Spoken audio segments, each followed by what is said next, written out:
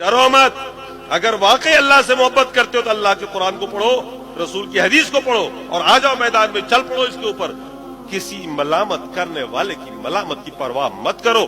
جو بھی دشمن ہے میرے سلف کا, جل رہا تھا جلا ہے جلے گا.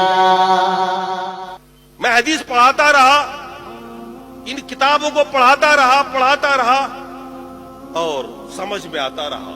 ہمارے سامنے بھی بات وہی تھی جو آج ہے کہ اگر ہم حق بول دیتے ہیں تو ہمارے ساتھ یہ ہوگا وہ ہوگا, حق پر چلیں گے تو سماج ہم کو یوں کر دے گا, علماء یہ کر دیں گے, لوگ یہ کر دیں گے.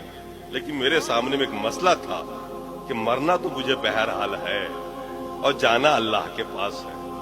میرے کھاتے میں نماز نہ ہو, میرے کھاتے میں اتباع رسول نہ ہو, اتباع رسول کے بجائے کچھ اور کی اتباع ہو, نماز ہماری فالتو چلی جائے تو اللہ کے ہم کس منہ کو لے کے جائیں گے؟ اب سوچئے, عملی تجربہ. آپ لوگ پوچھتے رہتے ہیں کہ آپ اہل حدیث کیوں؟ ارے میں اہل حدیث ہوا ہی نہیں تھا کبھی. میں نے تو دین کو جب سمجھا, جب میں نے تضاد دیکھا نا, حدیث و قرآن کا ٹکراؤ دیکھا, اور میں نے فیصلہ کر لیا اندر ہی اندر کہ میں قرآن و سنت پہ چلوں گا, صحابہ والا اسلام. مجھے کیا پتا تھا اہل حدیث کیا ہوتا ہے؟ ہم کو تو بچپنے سے پڑھایا گیا کہ اہل حدیث گستاخ رسول ہوتا ہے, یہودی ہوتا ہے, رسول کو مانتا ہی نہیں. اس لیے ہم نے کبھی جھانک کے دیکھا ہی نہیں. کسی اہل حدیث کو دیکھتے راستہ موڑ لیتے تھے کہ سلام نہ کرنا پڑ جائے بھیا, ان کے سلام سے نکاح ٹوٹ جاتا. وہ یہی سکھا رکھا تھا, دھوکے میں سلام کر لیا بیوی ہاتھ سے نکل جائے گی. جب ہدایت ہم کو ملی, ہم نے جب سمجھا کہ قرآن و سنت پر چلنا ہی دین ہے, ہم نے چپکے سے استعفا دیا, گھر پہنچ گئے. تو 2 سال کے بعد میری تقریر ہو رہی تھی, کہیں پر ایک اہل حدیث نے سنا اور اس نے مجھ سے کان میں آ کر کہا کہ حضرت, صبح میرے گھر آیا, اس نے کہا کہ آج جو آپ نے تقریر کی ہے نا وہ بالکل میرے مولوی جیسے کی ہے. تب دل میں خیال آیا اس کے مولوی کو بھی آزما کے دیکھیں, اور دیکھا اور تب پتہ چلا کہ یار ہم تو اہل حدیث ہو گئے. یہ اہل حدیث ہونے کے کئی سال بعد مجھے پتہ چلا کہ میں تو اہل حدیث ہو گیا. ورنہ تو ہم ڈر کے, مطلب جسے ہوتا ہے نا کہ ہماری یہاں ایک کہاوت ہے کہ دودھ کا جلا چھاچھ کو بھی پھونک کے پیتا. دودھ سے کسی منہ جل جائے نا بلی کا تو چھاچھ کو بھی پیے گا, تو پھونک پھونک کے پیے گا, کہیں یہ بھی نہ جلا دے.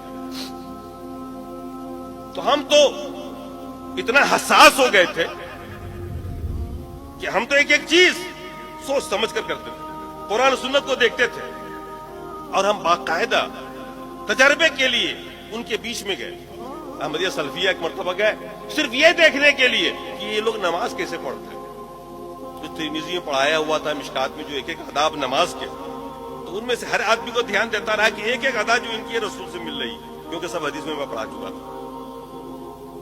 تو قدم بقدم آگے بڑھتا رہا, دیکھتا رہا, اور میں ہو گیا وہ اسلام میں نے قبول کر لیا جو اسلام اللہ نے نازل کیا رسول پر, اور جو اسلام رسول نے صحابہ کو دیا. میں نے کہا مجھ کو اس کے علاوہ کچھ نہیں چاہیے, مجھے کسی کی تفسیر نہیں چاہیے, کسی کا بیان نہیں چاہیے.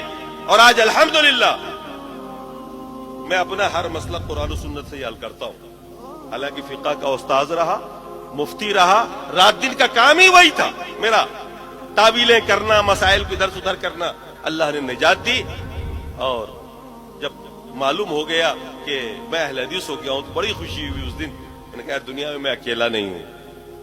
اس سے پہلے سب سے زیادہ غم جو تھا مجھے وہ یہ تھا کہ میں اکیلا ہوں, کوئی ساتھی نہیں ہے. مجھے کیا پتا تھا کہ اتنی بڑی جماعت ہر جگہ پر راہ حق پہ چلنے والی جماعت ہے, نجات پانے والی جماعت ہے, قرآن و سنت پر چلنے والی جماعت ہے.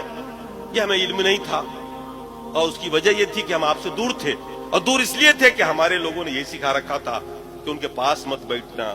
اور جب ہوئے, اللہ نے ہدایت دی, کھلے, تو پھر مصیبتوں کے پہاڑ ٹوٹے.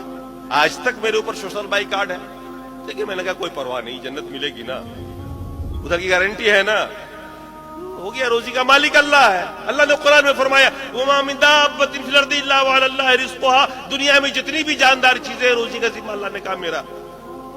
اللہ نے کہا نا, ذمہ لیا نا اس نے. آپ کی جنت کی ذمہ داری لیے کیا؟ آپ کی جنت کی بھی لیے کیا؟